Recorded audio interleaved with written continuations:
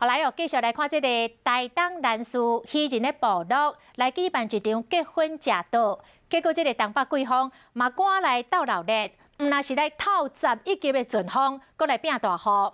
这个风甲雨灌入去食桌的现场，参要烹菜就桌，拢外要互风来吹倒。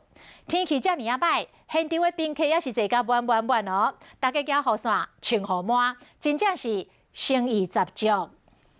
不过没有关系，我们的新娘来看这个请人客闹热场，那一阵风这么大，扇到边仔又要倒去。这是一对新人选伫个男士结婚，谁知会拄到东北季风来地乱。对新人的祝福。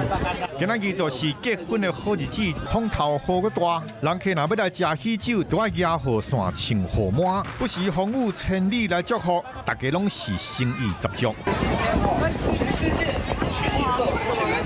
唔那人客啊穿雨满，连上菜的盘原来就爱看挂。风雨这么大，原来有一个好处，就是人客食菜的时阵，拢免烦恼下喙焦。不管是台上还是台下，大家都嗨在最高点啦、外面也嗨了，里面也嗨，包括这个风跟雨也加入我们啦、很嗨啊！外面嗨，里面嗨，这场风雨这么大，边仔用要倒头栽。不过人讲拄到水就会发，这对新人未来一定发，而且会永浴爱河，别途偕老。